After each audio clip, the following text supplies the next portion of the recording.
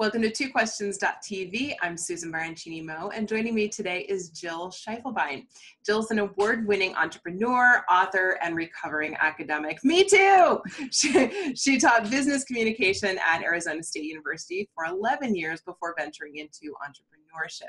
Jill's business, Dynamic Communicator, helps organizations increase sales and create consumer advocates. Her latest book,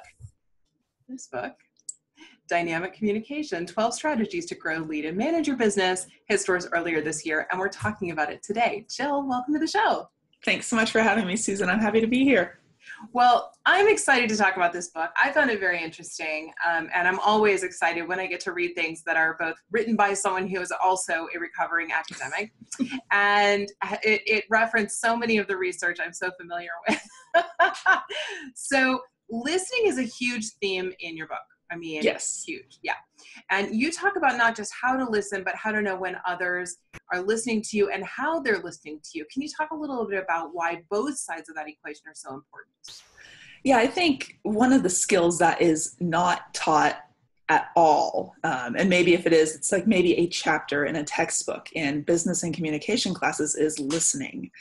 But yet listening is just as, if not more crucial than the words that you're choosing to use in many situations. So if any textbook or if any book that exists out there is talking about listening, it's talking about how, you yourself, how I, Jill, can be a better listener, how you, Susan, can be a better listener, or how you, person listening right now, can be a better listener.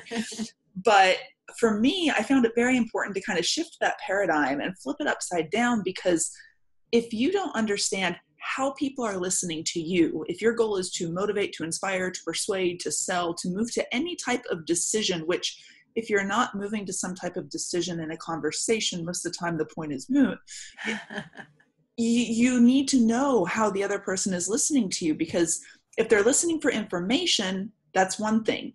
But if they're listening for knowledge, it's another. And unless someone is listening in the knowledge state of processing, they are never going to make an action. They are never going to decide. And that's crucial for any communicative situation where you're trying to get an action out of somebody. Yeah. And I think the other piece of this is that it's not just, oh, I'm listening, or, oh, they're listening. It's, I'm building a connection with that person and they're hearing what I'm saying. They're understanding me. And we're talking about business here. And I suspect there are, I know there are far too many folks who don't really understand why connection is so important today. You and I know, they don't know. Can you talk a little bit about why connection is so important? People buy from people. People don't buy products. People buy an experience. And the only way to have an experience is if some type of human interaction is involved. And in this world where we're trying to be more automated and autonomous and using AI and all of these other things, we still, as consumers, want a specific type of connection. So for example, just 2 days ago, I use Adobe Cloud services for software. And I found out that I've been being double billed for one of the apps for about 9 months. No. And of course, shame on you, financial slacker, for not checking your credit card statement every month in detail. It's like $20, but still $20 times 9 is $180, which is a nice theater ticket here in New York City. And That's I right. want that. That's so right. I got on their site, went through all the checklists of things you need to do. And then there were 2 options for contact that the site listed. One was a 24/7 chat, and the other one was call, but only between these certain hours. And because, of course, it was 11 p.m. at night here in New York City, it wasn't one of those hours where I could actually call. So what did I do? I used a 24/7 chat. Well, every about few minutes, 2 to 3 minutes, I would get an update that would say, you're number 13 in line. Your estimated wait time is a minute. Now, the first time I got that, I said, great, they must have a lot of staff.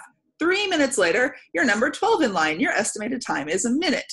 And this just went on and on and on for almost 20 minutes. And I was doing other things, but I took a screenshot of it, tweeted Adobe, said basically that your 24/7 chat is a joke and you need to give customers other ways to contact you. Yeah. Within hours, and this was like in the middle of the night, I woke up, someone had immediately responded to my Twitter, and with 4 direct tweets, What? the money was refunded to my account.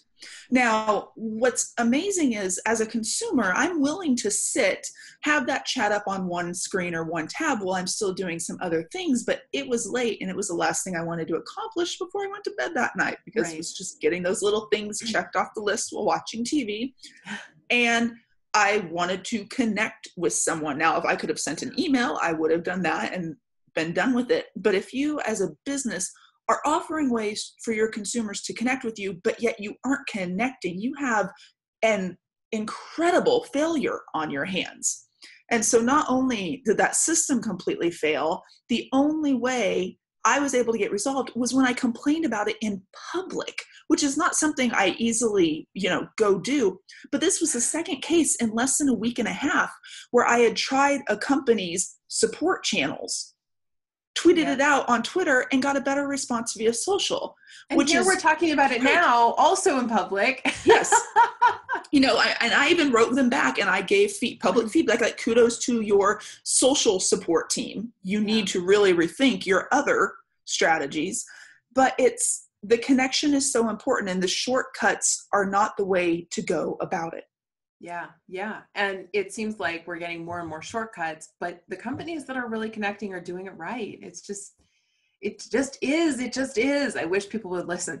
I mean, what's crazy is another service today, or last night, I was going through looking at different bills and stuff, end of the year type things when you're late at night awake and you can't sleep. So let's do finances. It's fun. Oh, that'll help you sleep. Oh yeah, absolutely.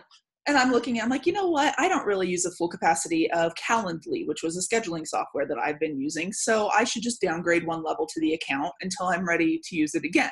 Mm-hmm.